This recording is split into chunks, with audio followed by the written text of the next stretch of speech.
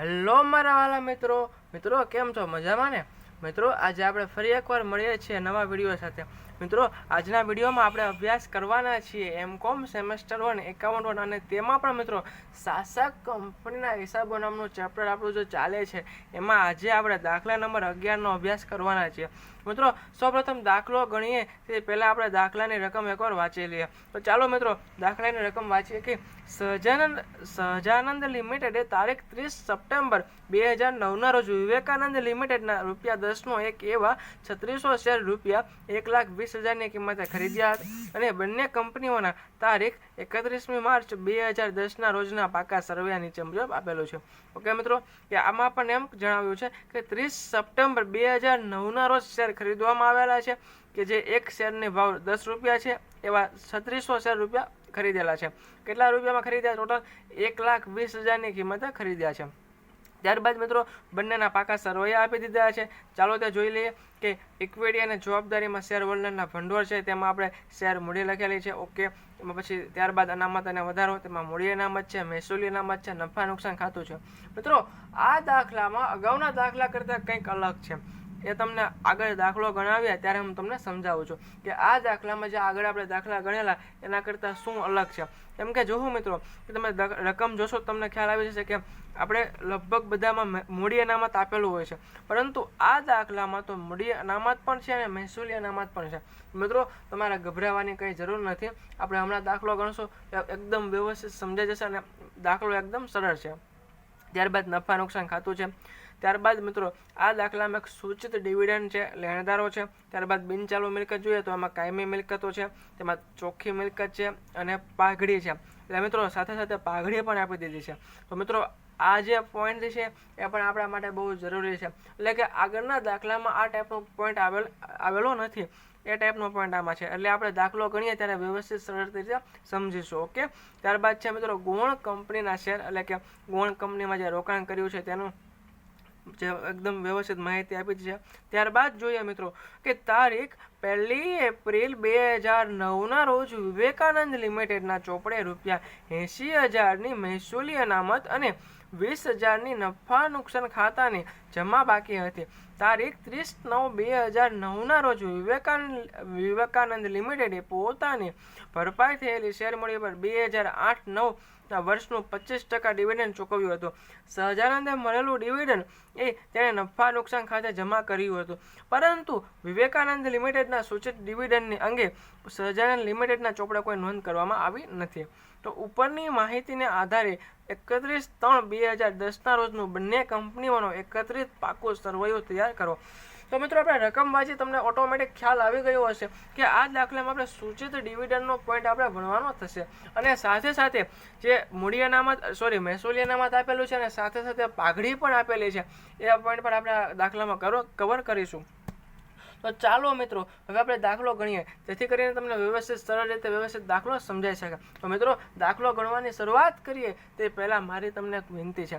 કદાચ તમે આપણી ચેનલ હજુ સુધી સબસ્ક્રાઈબ નથી કરી તો કરી દો, જેથી કરીને નવો વિડીયો આવે તુરંત તમે તે જોઈ શકો અને તેનો લાભ પણ તમે લઈ શકો. અને મિત્રો ચેનલને સબસ્ક્રાઈબ કરી દેજો, સાથે સાથે તમારા મિત્રોને પણ શેર કરી દેજો મિત્રો. ઓકે મિત્રો, તો ચાલો હવે દાખલો ગણવાની શરૂઆત કરી દઈએ. તો મિત્રો દાખલો ગણ્યા તમને ખ્યાલ જ છે. સૌપ્રથમ આપણે શું કરીએ છીએ, શાસક કંપની કઈ છે અને ગૌણ કંપની કઈ છે તે લખ્યા છે. તો મિત્રો અહીંયા આપણે શાસક કંપની કઈ થશે, સહજાનંદ લિમિટેડ. તો લખી દઈએ મિત્રો સહજાનંદ લિમિટેડ. અને ત્યારબાદ મિત્રો આપણે ગૌણ કંપની કોણ થશે કે વિવેકાનંદ લિમિટેડ. તો લખી દઈએ વિવેકાનંદ લિમિટેડ. ઓકે મિત્રો, આ પ્રમાણેનું પ્રથમ સ્ટેપ કમ્પ્લીટ કરીએ છીએ. ત્યારબાદ તમને ખ્યાલ છે આપણે શાસક કંપનીનું હિત મેળવ્યા છીએ. તો શાસક કંપનીનું હિત મેળવવા માટેનું સૂત્ર છે. જોકે તમને અત્યાર સુધીમાં સૂત્ર આવડી ગયું હશે, છતાં પણ મેં લખેલું છે જેથી કરીને કદાચ તમે નવા હોય તો તમને સૂત્રનો ખ્યાલ આવે અથવા એકવાર ફરીવાર રિપીટ થઈ જાય એના માટે. તો મિત્રો સૂત્ર છે કે શાસક કંપનીનું હિત બરાબર ગૌણ કંપનીના ખરીદેલ શેરની સંખ્યા ભાગ્યા ગૌણ કંપનીના કુલ શેરની સંખ્યા ગુણ્યા 100. તો મિત્રો જોઈએ કે ગૌણ કંપનીના ખરીદેલ શેરની સંખ્યા કેટલી છે કે તો આપણને ખ્યાલ છે રકમમાં આપેલી છે 3,600. ત્યારબાદ મિત્રો ગુણ કંપનીના કુલ શેરની સંખ્યા કેટલી છે?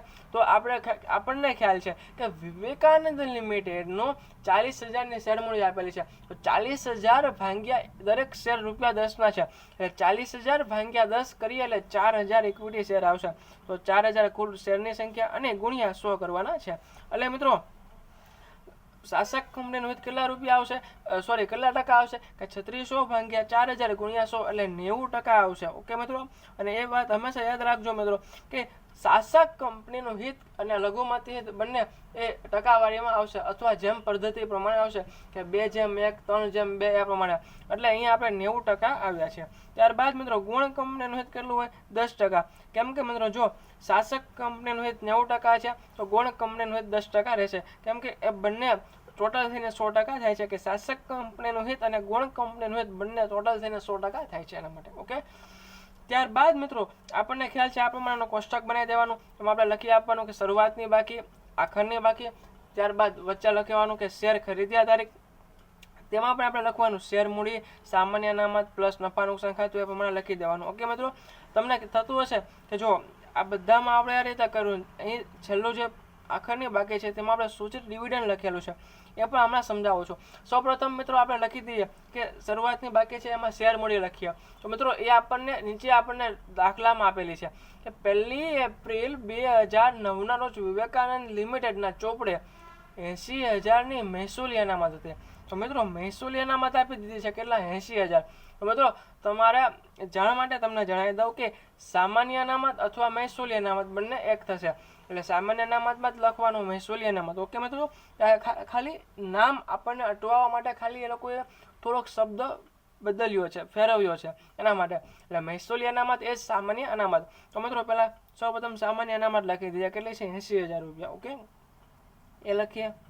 ત્યારબાદ મિત્રો નફા નુકસાન ખાતું પણ આપી દીધું. જુઓ 20,000ની નફા નુકસાન ખાતાની જમા બાકી હતી, એટલે કે નફા નુકસાન ખાતું કેટલું? 20,000 રૂપિયા. ઓકે, તો મિત્રો શેર મૂડી આપણે કેટલી થશે?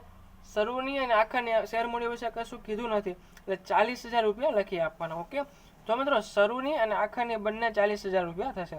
જો મિત્રો શરૂની શેર મૂડી અને આખરની બાકી શેર મૂડી 40,000 હોય તો શેર ખરીદ્યા ત્યારે શેર મૂડી કેટલી હોવાની? 40,000. એ લખી દઈએ. ત્યારબાદ મિત્રો હવે આખરની બાકી પ્રમાણે સામાન્ય અનામત અને નફા નુકસાન ખાતું લખીએ. તો આપણે પાકા સરવૈયામાં જોઈએ કે કેટલું છે સામાન્ય અનામત, એટલે કે મહેસૂલી અનામત કેટલું છે? 88,000. તો લખી દઈએ મિત્રો 88,000. ત્યારબાદ મિત્રો નફા નુકસાન ખાતું પણ આપેલું છે. ચાલો જોઈએ, પાકા સરવૈયામાં આપેલું છે કે 34,800. ઓકે, તો લખી દઈએ 34,800. ત્યારબાદ મિત્રો હવે વધારો મેળવવાનો છે, મતલબ કે સામાન્ય અનામત આપણે શેર ખરીદીએ છીએ ત્યારે કેટલું છે જોવાનું છે એમ કે. તો જોઈએ સામાન્ય અનામત શરૂઆતની બાકી 80,000 છે, જ્યારે આખરની બાકી 88,000 છે. તો પછી મિત્રો કઈ રીતે કેટલું અહીંયા લખવાનું એ આપણને એમ થતું હશે. એના માટે મિત્રો એક તમને ગણતરી કરાવું છું. સૌપ્રથમ આપણે લખી દઈએ જો 1/4/9 થી 30/9 સુધી કેટલા માસ થાય મિત્રો? કે 6 માસ. લખી દઈએ મિત્રો 6 માસ. ત્યારબાદ 30/9 થી એટલે કે 30/9 થી 31/3/10 સુધી કેટલા માસ થાય? તો કે 6 માસ. એટલે મિત્રો આ બંનેમાં 6 માસ મૂડી નફો કહેવાશે અને 6 માસનો જે પણ કંઈ પણ નફો થાય એને મહેસૂલી નફો કહેવાશે. મતલબ કે જ્યારે પણ મિત્રો શેર ખરીદીએ છીએ એ પહેલાં કંઈ પણ પ્રકારનો નફો થાય છે તો એને કહેવાશે મૂડી નફો. કેવો નફો કહેવાશે મિત્રો? મૂડી નફો. અને શેર ખરીદીએ છીએ એ પછી કંઈ પણ પ્રકારનો નફો થાય છે તો તેને કહેવાશે મહેસૂલી નફો. એ પણ લખી દઈએ મહેસૂલી નફો. ઓકે મિત્રો, ત્યારબાદ આપણે વધારો મેળવીએ સામાન્ય અનામત અને એટલે કે મતલબ કે સામાન્ય અનામતનો વધારો મેળવવાનો છે. તો લખી દઈએ શું લખીએ? વધારો સામાન્ય અનામત. ઓકે મિત્રો વધારો જ્યારે આપણે મેળવવાનો હોય ત્યારે આખરની બાકીમાંથી શરૂની બાકી માઇનસ કરવાની. તો આખરની બાકી કેટલી છે મિત્રો? 88,000. તો 88,000 અને તેમાંથી શરૂઆતની બાકી છે 80,000, એ માઇનસ કર્યા એટલે મિત્રો 8,000 રૂપિયાનો વધારો આવ્યો. તો તેને આપણે 6 માસ મૂડી નફા લેખી અને 6 માસ બીજા મહેસૂલી નફા લેખે આપણે વેચવાના થશે. તો આપણે એને 50% લેખે હિસ્સો કરવો જ પડશે, કેમ કે 6 માસ છે એના માટે. તો 8,000 ગુણ્યા 6/12 કરીએ એટલે 4000 રૂપિયા આવશે. તો મિત્રો 4000 છે એ આપણો મૂડી નફો આવ્યો અને 4000 છે એ મહેસૂલી નફો આવ્યો. મતલબ કે અહીંથી +4000 થયા છે, ત્યારે અહીંથી +4000 થયા છે. એમ કે બંને બાજુથી, એટલે કે મૂડી નફા સ્વરૂપે પણ 4000 પ્લસ થયા અને મહેસૂલી નફા સ્વરૂપે પણ 4000 પ્લસ થયા છે. એટલે મિત્રો શેર ખરીદીએ ત્યારે સામાન્ય અનામત કેટલું હોવાનું કે 80,000 + 4000 એટલે 84,000 રૂપિયા થવાનું છે. ઓકે, ત્યારબાદ મિત્રો એ જ પ્રમાણે નફા નુકસાન ખાતામાં પણ આપેલું છે. તો મિત્રો નફા નુકસાન ખાતામાં પણ એ બાબત આપણે તપાસીએ, જોઈએ કઈ રીતે છે. તો ચાલો મિત્રો એ બાબત પણ આપણે તપાસીએ. પરંતુ મિત્રો એ કરતા પહેલા નફા નુકસાન ખાતામાં એ બાબત મેળવતા પહેલા આપણે આ દાખલામાં આપણને સૂચિત ડિવિડન્ડ આપેલું છે, તેના માટે સૌપ્રથમ આપણે એની એન્ટ્રી કરવી પડશે. તો આપણે સૂચિત ડિવિડન્ડની પહેલાં એન્ટ્રી કરીએ. તો મિત્રો સૌપ્રથમ આપણે જોવાનું કે આપણને પાકા સરવૈયામાં સૂચિત ડિવિડન્ડ આપેલું છે. તો જોઈએ તો કેટલા રૂપિયા સૂચિત ડિવિડન્ડ છે. તો મિત્રો એ છે 8,000. તો તમારે સૌથી પ્રથમ જ્યારે પણ મિત્રો દાખલો ગણતા હોઈએ ત્યારે દાખલામાં સૂચિત ડિવિડન્ડ આપેલું છે ત્યારે મિત્રો આ રીતનું કોષ્ટક બનાવે છે. તેમાં આખરની બાકીમાં નફા નુકસાન ખાતામાં સૂચિત ડિવિડન્ડને પ્લસ કરવાનું, એટલે કે ઉમેરવાનું. એટલે મિત્રો અહીંયા જો સૂચિત ડિવિડન્ડ આપણું 8,000 છે, તો અહીં આપણે આખરની બાકીમાં નફા નુકસાન ખાતાની બાકી 34,800 છે, તેમાં પ્લસ સૂચિત ડિવિડન્ડ કરવાના છીએ, એટલે કે 8,000 રૂપિયા પ્લસ કરવાના. ટોટલ કેટલું થાય 34,800 + 8,000 એટલે મિત્રો 42,800 રૂપિયા થશે. એટલે મિત્રો એ બાબત તમારે ખાસ ધ્યાન રાખવાનું કે જ્યારે પણ પાકા સરવૈયામાં સૂચિત ડિવિડન્ડ આપવામાં આવેલું હોય ત્યારે એક અસર એની એ થશે કે આ રીતનું કોષ્ટક બનાવીએ છીએ તેમાં આખરની બાકીમાં નફા નુકસાન ખાતામાં પ્લસ કરવાનું થશે. ત્યારબાદ મિત્રો બીજી એન્ટ્રી એની કઈ રીતે થશે એ તમને જણાવો કે સૂચિત ડિવિડન્ડને લઘુમતી હિતમાંથી બાદ કરવાનું. એ મિત્રો હમણાં આપણે જ્યારે સ્ટેપ કરીએ ત્યારે તમને વ્યવસ્થિત ખ્યાલ આવી જશે. અને મિત્રો હજી એક એની એન્ટ્રી થશે એ તમને જણાવી દઉં કે પાકા સરવૈયામાં સૂચિત ડિવિડન્ડ હોય, એટલે કે પાકા સરવૈયામાં આ દાખલામાં આપણે સૂચિત ડિવિડન્ડ આપેલું છે, તો આપણે શાસકના હિસ્સા જેટલું ગુણ કંપનીમાંથી બાદ લખવાનું. એ મિત્રો હમણાં આપણે જ્યારે કોષ્ટક બનાવીએ, મતલબ કે દાખલો ગણીએ ત્યારે વ્યવસ્થિત સમજાય છે. આ માત્ર ને માત્ર તમારી સમજૂતી માટે અત્યારે સાથે સાથે બે બાબતમાં જણાવેલી છે. મિત્રો એકવાર ફરીથી બોલું છું, તમારે કોઈ પેજમાં નોટ કરીને લખવું હોય તો લખી લેજો કે જ્યારે પણ પાકા સરવૈયામાં સૂચિત ડિવિડન્ડ આપવામાં આવેલું હોય ત્યારે તેની 3 અસર કરવાની થશે. સૌપ્રથમ જ્યારે દાખલામાં સૂચિત ડિવિડન્ડ આપવામાં આવેલું હોય ત્યારે નફા નુકસાન ખાતામાં ઉમેરવું, પણ આખરની જે બાકી હોય તેમાં, મતલબ કે જ્યારે પણ સૂચિત ડિવિડન્ડ આપવામાં આવેલું હોય પાકા સરવૈયામાં ત્યારે આખરની બાકીમાં નફા નુકસાન ખાતામાં પ્લસ કરવું, એ પહેલી એન્ટ્રી છે. ત્યારબાદ મિત્રો સૂચિત ડિવિડન્ડ લઘુમતી હિતમાંથી બાદ કરવાનું થશે. અને ત્યારબાદ ત્રીજી એન્ટ્રી થશે કે શાસકના હિસ્સા જેટલું ગુણ કંપનીમાં બાદ કરીને લખવાનું થશે. ઓકે મિત્રો, એ આપણે હમણાં ગણીએ ત્યારે વ્યવસ્થિત તમને સમજાઈ જશે. આ તમને ખાલી માત્ર ને માત્ર સમજૂતી માટે અત્યારે બોલી દઉં છું. ઓકે, હવે મિત્રો આપણે મળી ગયું. ચાલો નફા નુકસાન ખાતાના આખરની બાકીમાં આપણે સૂચિત ડિવિડન્ડ લખી દીધું 8,000, તો ટોટલ થયું 34,800 + 8,000 એટલે 42,800 એ ટોટલ થયું. હવે મિત્રો આપણે શેર ખરીદીએ ત્યારે નફા નુકસાન ખાતું કેટલું છે એ મેળવવાનું છે. તો ચાલો એનો પણ આપણે વધારો મેળવીએ. તો લખી દઈએ વધારો નફા નુકસાન ખાતાનો, આ રીતે લખી દઈએ મિત્રો. ત્યારબાદ મિત્રો આખરની બાકી અને તેમાંથી શરૂની બાકી આપણે માઇનસ કરીશું, એટલે આપણે વધારો મળી જશે. મિત્રો આખરની બાકી છે 42,800, ત્યારબાદ શરૂઆતની બાકી છે 20,000. તો મિત્રો કેટલા રૂપિયા વધશે? તો 42,800 - 20,000 એટલે મિત્રો આપણો વધશે 22,800 રૂપિયા. એને મિત્રો 6 માસમાં ડિવાઈડ કરવાના થશે, કેમ કે 6 માસનો મૂડી નફો છે અને 6 માસનો મહેસૂલી નફો છે. ઓકે મિત્રો, અહીંયા આપણે સમાન છે એટલે કંઈ પ્રોબ્લેમ છે નહીં. તો મિત્રો 22,800 એને ભાગ્યા 2 ડાયરેક્ટ કરી દઈએ, કેમ કે અહીંયા આપણે સમાન વર્ષ આપેલા છે એના માટે. એટલે આપણે 11,400 મિત્રો મૂડી નફો કહેવાશે અને 11,400 એ મહેસૂલી નફો કહેવાશે. તો મિત્રો અહીં લખી દઈએ. ચાલો, મહેસૂલી નફો કેટલો? 11,400 અને મૂડી નફો કેટલો? પ્લસ 11,400 બરોબર આ પ્રમાણે લખ્યું મિત્રો. હવે આપણે ટોટલ કરીએ. ચાલો ટોટલ કરીએ. હવે સોરી મિત્રો, આમાં જે આપણે એક મિસ્ટેક કરી છે, કેમ કે આ દાખલામાં આપણે પાકા સરવૈયામાં સૂચિત ડિવિડન્ડની બાબત તો જણાવેલી છે, પરંતુ સાથે સાથે નીચે આપણે જે એક પેરેગ્રાફ છે તેમાં પણ લખેલું છે કે 30/9/2009 રોજ વિવેકાનંદ લિમિટેડે પોતાની ભરપાઈ થયેલી શેર મૂડી પર 2008-9ના વર્ષનું 25% ડિવિડન્ડ ચૂકવ્યું હતું. મતલબ કે શેર ખરીદીએ છીએ તે જ દિવસે વિવેકાનંદ લિમિટેડે પોતાની ભરપાઈ થયેલી શેર મૂડી પર 25% ડિવિડન્ડ ચૂકવ્યું છે. એટલે કે મિત્રો એની એન્ટ્રી પણ આપણે અહીં કરવી પડશે. એના માટે આજે 11,400 લખ્યું છે એને સુધારવું પડશે, કેમ કે હજી એક એન્ટ્રી કરવાની બાકી છે, કેમ કે આપણને કીધું છે કે એમાં ડિવિડન્ડ ચૂકવવામાં આવ્યું છે, પરંતુ શેર ખરીદીએ છીએ તે દિવસે જ ડિવિડન્ડ ચૂકવ્યું, એટલે કે શેર ખરીદ્યા પહેલાંનો ડિવિડન્ડ થાય તેને મૂડી નફો કહેવાશે. એટલા માટે મિત્રો એ પાકા સરવૈયામાં કશું લખાશે નહીં, પરંતુ એની એન્ટ્રી અહીં કરવી પડશે. તો મિત્રો જ્યારે પણ આપણને દાખલામાં આ પ્રમાણે જણાવેલું હોય કે 30/9/2009 એટલે કે શેર ખરીદ્યા તારીખે કોઈપણ પ્રકારનું ડિવિડન્ડ 2009 એટલે ચાલુ વર્ષનું કંપની ચૂકવતી હોય તો એ શેર ખરીદ્યા પહેલાંનો ડિવિડન્ડ કહેવાશે. એના માટે મિત્રો જ્યારે પણ આ પ્રમાણે હોય ત્યારે નફા નુકસાન ખાતામાંથી જેટલું પણ ડિવિડન્ડ હોય એ માઇનસ કરવાનું, માત્ર ને માત્ર શરૂઆતની બાકીમાં. ઓકે મિત્રો, જ્યારે પણ એકવાર ફરીથી તમને જણાવું કે શેર ખરીદીએ છીએ એ પહેલાંનું જો કંપની ડિવિડન્ડ ચૂકવતી હોય તો જ્યારે પણ એ પ્રમાણે હોય ત્યારે શરૂઆતની બાકીના નફા નુકસાન ખાતામાંથી એટલું ડિવિડન્ડ માઇનસ કરવાનું. તો મિત્રો અહીં જોઈએ તો કેટલા રૂપિયા ડિવિડન્ડ ચૂકવ્યા છે. મિત્રો અહીંયા આપણને એમ જણાવેલું છે કે 2008-9ના વર્ષનું 25% ડિવિડન્ડ ચૂકવ્યા. તો 25% ડિવિડન્ડ કોનું કરવાનું?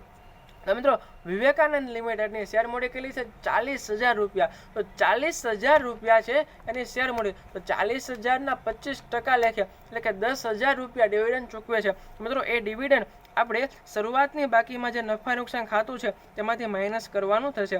ત્યારબાદ આપણને ઓરિજિનલ જે નફા નુકસાન ખાતું છે મળશે. એટલે કે મિત્રો 10,000 રૂપિયા આપણે આપણી નફા નુકસાન ખાતાની બાકી રહી શરૂઆતની. ઓકે, ત્યારબાદ મિત્રો હવે ફરીથી આપણે વધારો મેળવવો પડશે, કેમ કે આપણે સૌપ્રથમ મેળવ્યો હતો એ થોડો ખોટો મેળવ્યો હતો, કેમ કે એક એન્ટ્રી કરવાની બાકી હતી એના માટે. ત્યારબાદ તો મિત્રો આખરની બાકી 42,800 છે. તો શરૂઆતની બાકી કેટલી આવી? 10,000. તો લખી દઈએ 10,000. તો મિત્રો 42,800 માઇનસ 10,000 એટલે કે 32,800 રૂપિયા થયા. મિત્રો 32,800 એને ભાગ્યા 2 કરવા પડશે, કેમ કે 6 માસ મૂડી નફો છે જ્યારે 6 માસ મહેસૂલી નફો છે, એના માટે ભાગ્યા 2 કરવાના થશે, નહીતર ભાગ્યા 2 કરવાના ના થાય. તો મિત્રો 16,400 આવશે. ઓકે, તો મિત્રો 16,400 છે એ મહેસૂલી નફો છે અને 16,400 છે એ મૂડી નફો કહેવાશે. મિત્રો આ 10,000 પ્લસ 16,400 એટલે કે 26,400 એ અહીંયા આવશે, અને 26,400માં જો આપણે પ્લસ કરીએ 16,400 તો ટોટલ 42,800 આવી ગયો. મતલબ કે આ કોષ્ટક આપણે કમ્પ્લીટ થઈ ગયું. એટલે કે શેર ખરીદીએ છીએ એ તારીખે નફા નુકસાન ખાતાની બાકી છે 26,400. ઓકે મિત્રો, અહીં સુધી હું આશા રાખું છું કે તમને ખ્યાલ પડ્યો હશે, અથવા કંઈ પણ તમને જણાય તો તમે કોમેન્ટમાં જણાવી શકો છો. હવે મિત્રો ત્યારબાદ આગળનું સ્ટેપ આપણે જોઈએ કે હવે તમને ખ્યાલ છે કે આ પ્રમાણેનું કોષ્ટક બની જાય છે. ત્યારબાદ આપણે હવે પાઘડી કે મૂડી અનામતની ગણતરી કરીએ છીએ. તો ચાલો મિત્રો હવે આપણે પાઘડી કે મૂડી અનામતની ગણતરી કરીએ. તો મિત્રો પાઘડી કે મૂડી અનામતની ગણતરી પહેલા આપણે શાસકનો ભાગ કેટલો છે લખી દઈએ, જેથી કરીને આપણે ગણતરી કરીએ ત્યારે આપણે કોઈ ભૂલ થવાની શક્યતા ન રહે. મિત્રો આપણે મેળવ્યું કે પાઘડી કે મૂડી અનામત માટેનું શાસક કંપનીનું હિત એટલે કેટલું છે? 90%. એટલે કે શાસકનો ભાગ છે 90%. લખી દઈએ મિત્રો, એટલે આપણે ગણતરી કરીએ ત્યારે આપણે મિસ્ટેક ન થાય એના માટે. હવે મિત્રો શેર મૂડી જોઈએ તો મિત્રો જ્યારે પણ પાઘડી કે મૂડી અનામત મેળવતા હોઈએ ગણતા હોઈએ ત્યારે મિત્રો પાઘડી કે મૂડી અનામત મેળવતા હોય ત્યારે શેર મૂડી સામાન્ય અનામત નફા નુકસાન ખાતું એ બધું જ મિત્રો શેર ખરીદીએ છીએ એ તારીખે જેટલું હોય એ લખવાનું થશે. મિત્રો શેર મૂડી આપણે કેટલી છે તો જોઈએ કે 40,000. તો 40,000 તેને ગુણ્યા કેટલા મિત્રો? 90% લેખે આપણે ગણવાનું થશે. ઓકે, તો 90%. ત્યારબાદ સામાન્ય અનામત કેટલું છે મિત્રો? 84,000. તો 84,000 ગુણ્યા 90%. ત્યારબાદ મિત્રો નફા નુકસાન ખાતું કેટલું છે 26,400, તેને ગુણ્યા મિત્રો કેટલું થશે 90%. ઓકે મિત્રો, હવે આપણે કેલ્શિયમમાં કરીએ તો 40,000 ગુણ્યા 90% એટલે કેટલા થશે 36,000. ત્યારબાદ મિત્રો 84,000 ગુણ્યા 90% એટલે કે 75,600 રૂપિયા. ત્યારબાદ મિત્રો 26,400 ગુણ્યા 90%. ચાલો જો કરીએ કે 26,400 ગુણ્યા 90% એટલે 23,760 રૂપિયાનું આવ્યો. ત્યારબાદ મિત્રો ટોટલ કરીએ 36,000 પ્લસ 75,600 રૂપિયા અને તેમાં પ્લસ કરવાના 23,760 રૂપિયા. તો ટોટલ કેટલો આવ્યો મિત્રો 1,35,360 લખી દઈએ. એટલે કે મિત્રો આ આપણને ઇક્વિટી શેરની આંતરિક કિંમત મળી. 1,35,360 એ આપણને ઇક્વિટી શેરની આંતરિક કિંમત મેળવી. હવે મિત્રો એ રકમમાંથી ઇક્વિટી શેરની ખરીદ કિંમત માઇનસ કરવાની. તો મિત્રો ઇક્વિટી શેરની ખરીદ કિંમત કેટલી છે તો જોઈએ કે ગોળ કંપનીમાં શેરનું રોકાણ કેટલું કરવું છે 1,20,000 એટલે કે ઇક્વિટી શેરની ખરીદ કિંમત છે 1,20,000. મિત્રો ડાયરેક્ટ 1,20,000 માઇનસ કરવાના નહીં થશે. કેમ તમને જણાવું. કેમ કે મિત્રો આ દાખલામાં શેર ખરીદીએ છીએ એ પહેલા ડિવિડન્ડ ચૂકવવામાં આવ્યું છે. એટલે કે એ આપણે શરૂઆતની બાકીમાં નફા નુકસાન ખાતાની જે બાકી છે શરૂની બાકી એમાંથી -10,000 કરેલા છે. તો મિત્રો એ આપણે ખરીદ કિંમતમાંથી માઇનસ કરવાના થશે. ઓકે મિત્રો, પરંતુ મિત્રો કેટલા માઇનસ કરીશું જેટલા શાસકનો ભાગ છે એટલે કે 10,000 તેમાંથી 90% લેખે રકમ માઇનસ કરવાની થશે. ઓકે, કયું શેર ખરીદીએ છીએ એ પહેલાનું ડિવિડન્ડ લખી દઈએ મિત્રો. શેર ખરીદ્યા પહેલાનું ડિવિડન્ડ, શેર ખરીદ્યા પહેલાનું ડિવિડન્ડ. ઓકે મિત્રો, આ પ્રમાણે લખી દેવાનું કે 10,000 ગુણ્યા 90% એટલે કે 9,000 રૂપિયા માઇનસ કરવાના. આ રીતે કરવું એટલે તમને ખ્યાલ આવે કે આ બાબતનું છે. તો મિત્રો 1,20,000 માઇનસ 9,000 એટલે મિત્રો કેટલા થશે 1,11,000. તો એ ડાયરેક્ટ 12 લખી આપું છું 1,11,000. તો મિત્રો એ રકમ 1,35,360 માંથી માઇનસ કરવાની થશે. તો ચાલો કરીએ 1,35,360 માઇનસ 1,11,000 એટલે મિત્રો 24,360 રૂપિયા આપણે મૂડી અનામત મેળવ્યું. કેમ કે જવાબ પ્લસમાં આવે એટલે શું મેળવ્યું કે ભાઈ મૂડી અનામત. તો લખી દઈએ 24,360 મેળવ્યા, પ્લસમાં આવ્યું એટલે કે મૂડી અનામત મેળવ્યા. ઓકે મિત્રો, ત્યારબાદ મિત્રો આ સ્ટેપ થઈ ગયું. ત્યારબાદ આપણે લઘુમતી હિત મેળવવાનું. લઘુમતી હિત કેટલા ટકા છે તો 10%. લખી દઈએ 10%. મિત્રો લઘુમતી હિતની ગણતરી કરતા હોઈએ ત્યારે શેર મૂડી, સામાન્ય અનામત, નફા નુકસાન ખાતું જે બાકી લખીએ છીએ એ આખરની બાકી લખવાની. એટલે કે શેર મૂડી કેટલી છે આખરની બાકીમાં તો 40,000, એને ગુણ્યા 10% કરવાના મિત્રો. ત્યારબાદ મિત્રો સામાન્ય અનામત આખરની બાકીમાં કેટલું છે કે 88,000, તો 88,000 એને ગુણ્યા 10% કરવાના થશે. ત્યારબાદ મિત્રો નફા નુકસાન ખાતું કેટલું છે કે 42,800, કેમ કે આખરની બાકી જોવાની છે એના 10% કરવાના થશે મિત્રો. ત્યારબાદ હવે 40,000 ગુણ્યા 10% એટલે મિત્રો 4,000 રૂપિયા. ત્યારબાદ 88,000 ગુણ્યા 10% એટલે 8,800. ત્યારબાદ 42,800 ગુણ્યા 10% એટલે કે 4,280 રૂપિયા. ટોટલ કરીએ 4,000 પ્લસ 8,800 પ્લસ 4,280 રૂપિયા એટલે કે 17,080 રૂપિયા આપણે લઘુમતી હિત મેળવ્યું. કેટલું 17,080. મિત્રો હવે તમને ખ્યાલ છે આ પ્રમાણેનું થઈ જાય ત્યારબાદ હવે આપણે ભેગું પાકું સરવૈયું બનાવીએ છીએ. પરંતુ આ દાખલામાં હજી એક બાબત નવી છે. જો સૌપ્રથમ એક સૂચિત ડિવિડન્ડ વાળી બાબત નવી છે. ત્યારબાદ ચાલુ વર્ષનું ડિવિડન્ડ ચૂકવવામાં આવે છે, પરંતુ શેર ખરીદીએ છીએ એ દિવસે એટલે કે પહેલાનું ડિવિડન્ડ કહેવાય. એટલે એને આપણે મૂડી નફા સ્વરૂપે કહેવાય. એના માટે આપણે શરૂઆતની બાકીમાં જે નફા નુકસાન ખાતું લખીએ છીએ એમાંથી માઇનસ કરીએ છીએ. અને મિત્રો આ બીજી બાબત થઈ. હવે ત્રીજી બાબત એ નવી છે કે આ દાખલામાં મિત્રો આપણે જો મૂડી અનામત અહીં મળી છે અને સાથે સાથે રકમમાં એટલે કે દાખલામાં પણ મૂડી અનામત આપવામાં આવેલી છે. સોરી મિત્રો, મૂડી અનામતને સાથે સાથે આપણને દાખલામાં પાઘડી આપવામાં આવેલી છે. હા મિત્રો, તો મિત્રો જ્યારે પણ આ પ્રમાણે થાય કે આપણે અહીં મૂડી અનામત મળે અને સાથે સાથે દાખલામાં એટલે કે ભેગા પાકા સરવૈયાની જે રકમ છે, પાકા સરવૈયાનું જે રકમ આપેલી છે તેમાં આપણને પાઘડી આપવામાં આવેલી છે. જ્યારે પણ આ પ્રમાણેનું હોય ત્યારે આ પ્રમાણે ગણતરી કરવાની થશે. તો સૌપ્રથમ લખી દઈએ મિત્રો. શું લખવાનું? ચાલો હું તમને વ્યવસ્થિત ગણાવું એટલે તમને ખ્યાલ આવે. ઓકે, તો મિત્રો જ્યારે પણ આ પ્રમાણે હોય કે દાખલામાં આપણને મૂડી અનામત પણ આપી દીધી છે, પાઘડી પણ આપી દીધી છે અને સાથે સાથે આપણે અહીં પણ મૂડી અનામત મેળવી છે, તો ત્યારે તમારે મિત્રો સૌપ્રથમ મૂડી અનામત લખવાની. કઈ? જે આપણે અત્યારે ગણતરી કરીને મેળવી હતી. તો કેટલી મેળવી મિત્રો? 24,360 રૂપિયા. ત્યારબાદ મિત્રો ફરીથી મૂડી અનામત લખવાની થશે. એ પ્લસ કરવાનું, પણ કઈ? જે પાકા સરવૈયામાં આપેલી છે તે લખું છું. પાકા સરવૈયાને એ કેટલી છે મિત્રો? એ 6,000 લિમિટેડ બાજુનું જોવાનું, એ 40,000 એ લખી દઈએ. એ મિત્રો પ્લસ કરવાનું થશે. એટલે મિત્રો 24,360 પ્લસ 40,000 એટલે કે 64,360 રૂપિયા ટોટલ થયા. તેમાંથી મિત્રો આપણને પાઘડી આપવામાં આવેલી છે, તો પાઘડીને માઇનસ કરવાની. મૂડી અનામત આપણે સૌપ્રથમ જે મેળવી છે એ લખવાની. એમાં પાકા સરવૈયામાં જે મૂડી અનામત આપવામાં આવેલી છે તેને પ્લસ કરવાની અને એમાંથી આપણે પાઘડી માઇનસ કરવાની. તો પાઘડી કેટલી આપવામાં આવેલી છે કે 20,000 રૂપિયા. તો 64,360 માઇનસ 20,000 એટલે કે મિત્રો આપણે 44,360 રૂપિયા મૂડી અનામત ટોટલ આવ્યું. ઓકે, તો મિત્રો જ્યારે પણ ભેગું પાકું સરવૈયું બનાવીએ ત્યારે મૂડી અનામત સ્વરૂપે હવે 44,360 રૂપિયા ધ્યાનમાં લેવાના થશે.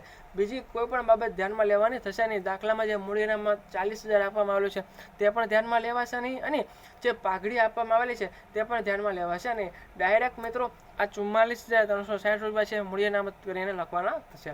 તો મિત્રો હવે તમને જણાવું તો લગભગ બધી જ બાબત આપણે અહીં આવી ગઈ છે. એટલે કે બેઝિક જે ગણતરી કરવાની હોય બધી ગણતરી થઈ ગઈ છે. હવે મિત્રો હવે આપણે ભેગું પાકું સરવૈયું બનાવીએ. તો ચાલો ભેગું પાકું સરવૈયું બનાવીએ.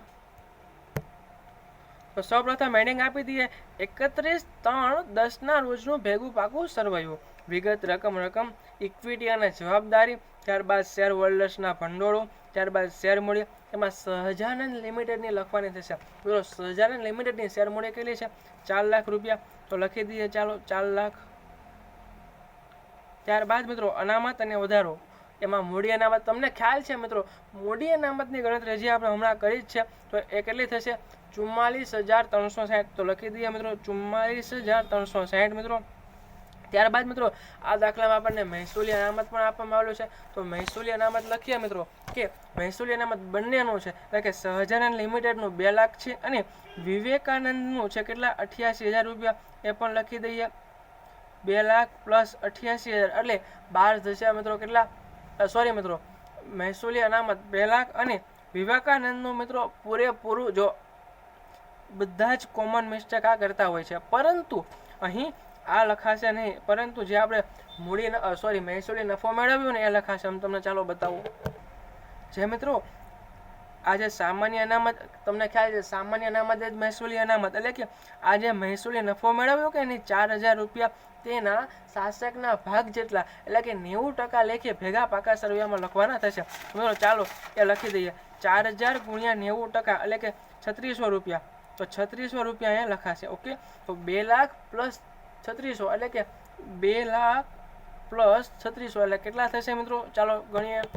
એટલે કે 2,03,600 રૂપિયા એ લખી દઈએ. ત્યારબાદ મિત્રો નફા નુકસાન ખાતું આપવામાં આવેલું છે. તો નફા નુકસાન ખાતામાં સહજાનંદ લિમિટેડના 80,000 છે એ લખી દઈએ મિત્રો. 80,000 રૂપિયા. મિત્રો આ 80,000 રૂપિયા લખીએ છીએ. ઓકે, અને તેમાંથી હજુ આપણે જે કોષ્ટક બનાવ્યું તેમાં શરૂઆતની બાકીના નફા નુકસાન ખાતામાં શરૂ વર્ષનું જે ડિવિડન્ડ આપણને શેર ખરીદીએ છીએ ત્યારે જે ડિવિડન્ડ આપવામાં આવેલું કેટલા? 10,000 રૂપિયા. તે આપણે શરૂઆતની બાકીમાં નફા નુકસાન ખાતાની જે બાકી છે શરૂની તેમાંથી માઇનસ કરીએ છીએ. તો મિત્રો ભેગું પાકું સરવૈયું બનાવીએ ત્યારે પણ નફા નુકસાન ખાતું જે બનાવ્યા સહજાનંદ લિમિટેડનું તેમાંથી આપણે એ ડિવિડન્ડ માઇનસ કરવાનું, પરંતુ શાસકના ભાગ જેટલું. તો મિત્રો એ ડિવિડન્ડ છે 10,000 રૂપિયા. એને તેના ગુણ્યા 90% લેખે એટલે કે 9,000 રૂપિયા એ આપણે માઇનસ કરવાના થશે. તો કે 80,000 માઇનસ 9,000 એટલે કે 80,000માંથી 9,000 માઇનસ કરીએ મિત્રો તો કેટલું આવે 71,000 રૂપિયા. અને વિવેકાનંદ લિમિટેડનું નફા નુકસાન ખાતું કેટલું છે તો મિત્રો પાકા સરવૈયામાં 34,800 છે, પરંતુ આપણે જે મહેસૂલી નફો મેળવ્યો છે તેના 90% લેખે અહીંયા લખવાના થશે. તો જોઈએ મિત્રો 90% લેખે કેટલા રૂપિયા થશે. તો સૌપ્રથમ તમને જણાવું કે જે આપણે 9,000 રૂપિયા માઇનસ કર્યા ત્યાં કયા કર્યા, જ્યાં 10,000 રૂપિયા માઇનસ કરેલા છે મિત્રો કે જે આપણે ડિવિડન્ડ શેર ખરીદીએ છીએ એ જ તારીખે આપવામાં આવેલા છે ચાલુ વર્ષનું. એ આપણે શરૂઆતની જે નફા નુકસાન ખાતાની બાકી છે તેમાંથી ડિવિડન્ડ માઇનસ કર્યું. એ જ ડિવિડન્ડની એક અસર અહીં કરવામાં આવી અને બીજી અસર પાકું સરવૈયું આપણે બનાવ્યું તેમાંથી શાસકના ભાગ જેટલું માઇનસ કરવાનું થશે કેવા નફા નુકસાન ખાતામાંથી. અને મિત્રો હવે જે આપણે વિવેકાનંદ લિમિટેડનું નફા નુકસાન ખાતાની બાકી લખવાની છે પાકા સરવૈયામાં તો મિત્રો એ આ જે મહેસૂલી નફો છે 16,400 તેના 90% લેખે કરવાના થશે. તો 16,400 ગુણ્યા 90% એટલે મિત્રો 14,760 રૂપિયા એ આપણે અહીં લખવાના થશે. ક્યાં કે પાકા સરવૈયામાં નફા નુકસાન ખાતાના શીર્ષક એટલે વિવેકાનંદ લિમિટેડમાં 14,760 રૂપિયા અહીંયા લખવાના થશે. મિત્રો 14,760 પ્લસ 71,000 એટલે મિત્રો 85,760 રૂપિયા બહાર લખીએ છીએ 85,760 રૂપિયા. ત્યારબાદ મિત્રો લઘુમતી હેત તો લઘુમતી હેત કેટલું મેળવ્યું મિત્રો 17,080 રૂપિયા તો લખી દઈએ 17,080 રૂપિયા. ત્યારબાદ મિત્રો લેણદારો તો લેણદારો લખી દઈએ સહજાનંદ લિમિટેડના 60,000 છે, જ્યારે વિવેકાનંદ લિમિટેડના કેટલા છે 29,200 તો 60,000 પ્લસ 29,200 એટલે મિત્રો કેટલા થશે લેણદારો 89,200 તો લખી દઈએ ચાલો 89,200. તો મિત્રો લગભગ બધી જ બાબત આપણે થઈ ગઈ છે. હવે આપણે ટોટલ કરીએ કે કેટલું થાય છે કે 4 lakh plus 44,360 plus 2,03,600 plus 85,760 plus 17,080 plus 89,200 એટલે મિત્રો ટોટલ આપણું થાય છે 8,40,000 રૂપિયા. ઓકે મિત્રો, હવે આપણે મિલકત બાજુનું જોઈએ તો ચાલો મિલકત બાજુનું જોઈએ. તો પહેલાં સૌપ્રથમ બિનચાલુ મિલકત તેમાં કાયમી મિલકતો છે. તો કાયમી મિલકતમાં ચોખ્ખી મિલકત આપવામાં આવેલી છે. તો ચોખ્ખી મિલકત સહજાનંદ લિમિટેડની 6,60,000 રૂપિયા છે અને વિવેકાનંદ લિમિટેડની 1,80,000 રૂપિયા છે. તો લખી દઈએ ચાલો. તો ટોટલ કરીએ મિત્રો 6,60,000 પ્લસ 1,80,000 એટલે કે 8,40,000 થાય છે મિત્રો. અને મિત્રો બીજી બાબત છે પાઘડી. તો એ આપણે ગણતરી અલગથી કરી તેમાં બાબત લખી છે એના માટે અહીં લખવાની થશે નહીં. અને ગોળ કંપનીના શેર એટલે કે તમને ખ્યાલ જ છે કે જ્યારે પણ આપણે ભેગું પાકું સરવૈયો બનાવીએ છીએ ત્યારે ગોળ કંપનીના શેરમાં રોકાણ કરવામાં આવે તે અને ગોળ કંપનીની શેર મૂડી લખતા નથી મિત્રો. આજે 8,40,000 રૂપિયા આવ્યા તેને જ આપણે 12 લખવાના થશે. તો લખી દઈએ 8,40,000 રૂપિયા. મિત્રો અહીંયા આપણો આ દાખલો સંપૂર્ણ થઈ ગયો, કેમ કે બંને આપણે જે રકમ જોઈતી હતી એટલે કે જે જવાબ આપણને ખ્યાલ છે કે મિલકત બાજુનો અને ઇક્વિટી અને જવાબદારી બાજુનો સરવાળો ટોટલ સમાન થાય છે એટલે કે 8,40,000 અહીં પણ થઈ ગયું અને અહીં પણ થઈ ગયું. એટલે અહીં આપણો આ દાખલો પૂર્ણ થાય છે. તો મિત્રો હું આશા રાખું છું કે તમને આ દાખલો વ્યવસ્થિત સમજાણો હશે. તો મિત્રો જો તમને પણ આવા દાખલા મજા આવતી હોય ગણવાની તો તમે કોમેન્ટ બોક્સમાં જણાવો. અને મિત્રો સાથે સાથે આ વિડીયોને લાઈક કરવાનું ભૂલશો નહીં. અને જો તમે આ ચેનલ હજુ સુધી સબસ્ક્રાઈબ નથી કરી મિત્રો તો કરી દો, જેથી કરીને નવો વિડીયો આવે તુરંત તમે તે જોઈ શકો અને તમારા મિત્રોને પણ શેર કરી દો. ચાલો મિત્રો હવે મળીએ નવા વિડીયો સાથે. ધન્યવાદ.